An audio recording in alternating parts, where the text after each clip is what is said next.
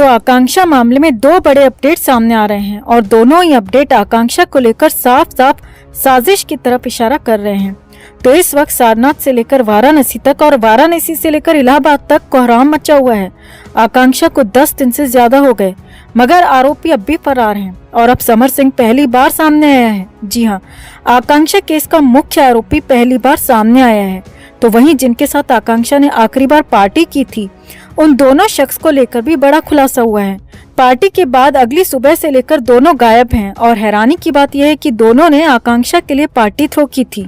11,000 में table book की थी मगर आकांक्षा को खाने का एक निवाला तक नहीं खाने दिया। आखिर क्यों?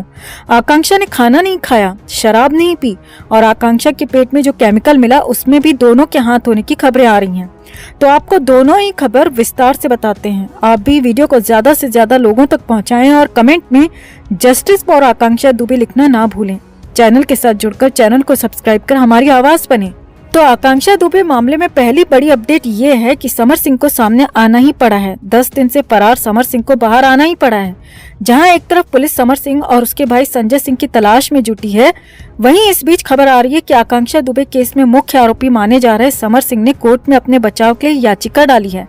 जी हाँ, भोजपुरी सिंगर समर सिंह और उनके भाई संजय सिंह ने अपने बचाव के लिए कोर्ट का दरवाजा खटखटाया है। खबर है कि आकांक्षा दुबे केस के मद्देनजर समर सिंह ने इलाहाबाद कोर्ट में अपने ऊपर लगे FIR को रद्द करने के लिए याचिका डाली है। 4 अप्रैल को समर सिंह ने कोर्ट में अपनी ये दलील रखी है और खुद को बेकसूर बताया है और आकांक्षा की मां मधु दुबे की FIR को निरस्त करने की मांग कोर्ट से की है।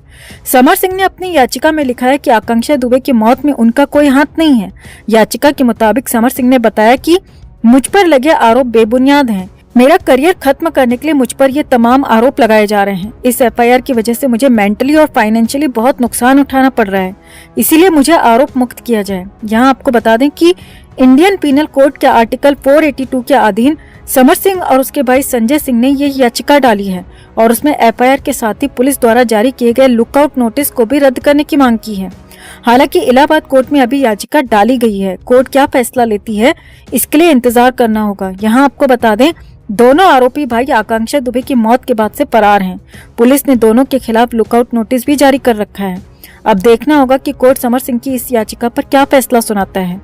वहीं अब इधर दूसरी बड़ी अपडेट की बात करें तो वो आ रही है उस पार्टी को लेकर जहां आकांक्षा आखिरी बार गई थी। दरअसल सामने आया कि आकांक्षा दुबे जिनके बुलावे पर, जिनके इनविटेशन पर क्लब में गई थी, उनका नाम अरुण और श्रद्धा है। क्लब में अरुण और श्रद्धा ने ही आकांक्षा के लिए टेबल बुक की थी और क्लब के रिकॉर्ड के मुताबिक दोनों ने इस टेबल के लिए 11,000 रुपए पे किए थे। अरुण और श्रद्धा पहले ही पहुंच गए थे और 8 साढ़े 8 के बाद आकांक्षा दुबे वहां पहुंची थी। इसके बाद तीनों ने एक साथ क्लब में एंट्री की थी। अब क्लब के स्टाफ के बयान की माने तो अरुण और श्रद्धा ने क्लब की सबसे महंगी सीट बुक की थी, जिसमें महंगी से महंगी बियर भी इंक्लूड थी और हर तरीके का खाना अवेलेबल था। तीनों यहाँ पर 5 से 6 घंटे रुके थे, डांस कर रहे थे, बातें कर रहे थे, मगर खाने के लिए कुछ भी मंगाया ही नहीं। 5 से 6 घंटे में तीनों ने सिर्फ पानी पिया और कुछ खाया पिया नहीं। क्लब के स्टाफ की माने तो पहले तो सब नॉर्मल लग रहा था, मगर धीरे धीरे सिर्फ आकांक्षा मैडम ही डांस कर रही थी और दोनों सिर्फ खड़े थे और दोनों के बीच कुछ इशारों में बातें हो रही थी। सूत्रों की माने तो क्लब के स्टाफ ने बताया कि आकांक्षा मैडम अगर कुछ वेटर से लेना भी चाह रही थी तो उन्हें लेने नहीं दिया जा रहा था, बस उनको एक बार पानी पिलाया गया। इसके बाद आकांक्षा मैडम डांस पर डांस किए जा रही थी, झूम रही थी। सूत्रों की माने तो क्लब के स्टाफ ने कहा कि अजीब तो हमें भी लग रहा था कि इतनी बड़ी स्टार ऐसे अकेले क्यों नाच रही हैं, मगर हमें बोलने की या कुछ भी पूछने की इजाजत नहीं थी।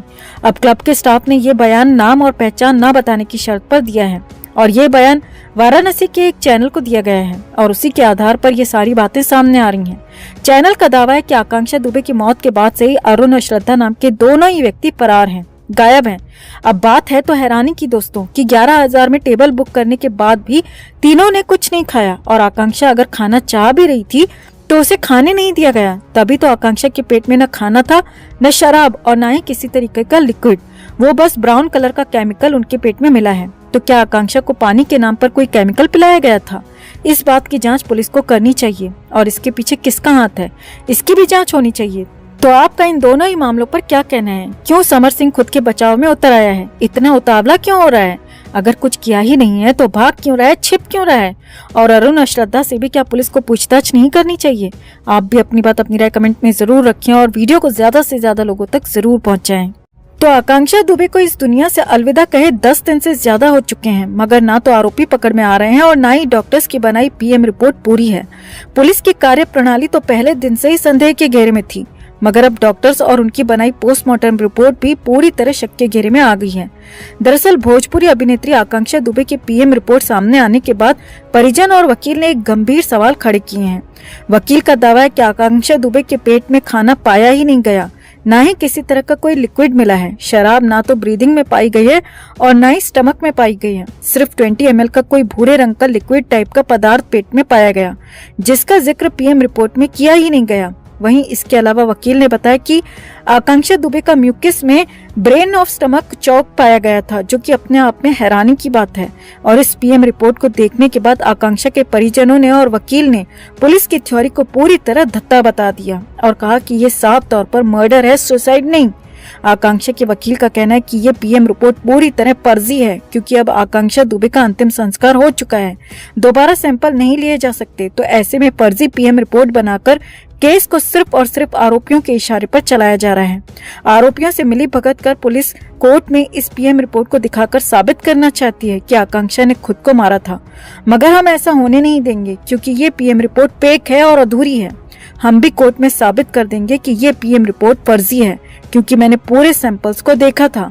जब पीएम हो रहा था तो मैं वहीं मौजूद था। जब पीएम हो रहा था तो मैंने अपनी आंखों से बहुत कुछ देखा है। मैं शुरू से पूछ रहा हूँ कि उस भूरे लिक्विड का सैंपल लिया गया था या नहीं। तब डॉक्टर्स ने मुझसे कहा था कि हाँ, सैंपल लिया गया है, और अगर सैंपल लिया गया था तो उसका पीएम रिपोर्ट में जिक्र क्यों नहीं है। वकील ने कहा कि पीएम रिपोर्ट में आकांक्षा की कलाइयों को लेकर भी कुछ नहीं लिखा गया है, जबकि सबने देखा था कि आकांक्षा के दोनों हाथ की कलाइयां सामान्य नहीं थीं। चोट के निशान साफ दिख रहे थे, मगर रिपोर्ट में इसका जिक्र नहीं है। वकील का कहना है कि मैंने कई मेडिकल एक्सपर्ट से इस बारे में बात की है। हर किसी ने ब्राउन लिक्विड पर सवाल खड़े किए हैं। इसके अलावा medical experts brain of stomach के चोक होने को लेकर भी हैरानी जता रहे हैं, और वो कह रहे हैं कि ऐसा सुसाइड के केस में बिल्कुल नहीं होता। वकील की माने तो मेडिकल एक्सपर्ट्स के अनुसार किसी कोअर्सिव मटेरियल की वजह से पूरा कंजेशन स्टमक के म्यूकस में ब्रेन में हो सकता है, और ब्राउन लिक्विड की जांच की जाना जरूरी है। पता लगना चाहिए कि आखिर भूरे रंग का पदार्थ क्या था। अगर पेट में शराब और खाना नहीं था, सिर्फ भूरा पदार्थ मिला है, तो इसका मतलब है कि आकांक्षा के साथ कुछ तो ऐसा हुआ है जो कि संदिग्ध है। वकील के साथ ही आकांक्षा दुबे की मां मधु दुबे ने पोस्टमार्टम रिपोर्ट पर सवाल उठाए हैं। उन्होंने कहा कि आकांक्षा आखिरी रात जिस पार्टी में गई थी, वहां अगर उसने शराब पी थी तो पोस्टमार्टम रिपोर्ट में इसका जिक्र क्यों नहीं है। एक्ट्रेस के पेट में न खाना मिला है, ना ही अल्कोहल, इवन ब्रीदिंग में भी अल्कोहल नहीं मिली। तो पहले पुलिस और होटल वाले क्यों आकांक्षा को नशे में बताकर उसे बदनाम करते रहे, क्यों फेक थ्योरी बनाते रहे? क्या वो शुरुआत में ही इस केस को बंद कर देना चाहते थे? मां मधु दुबे का कहना है कि अगर आकांक्षा ने शराब पी होती, वो नशे में थी, तो फिर पीएम रिपोर्ट में इसके बारे में क्यों नहीं लिखा गया? मेरी बेटी को पहले इन सब ने मिलकर मार दिया और अब मारने के बाद उसे बदनाम कर रहे हैं, मगर मैं चट्टान की तरह डटी हूँ अपनी बेटी के इंसाफ के लिए।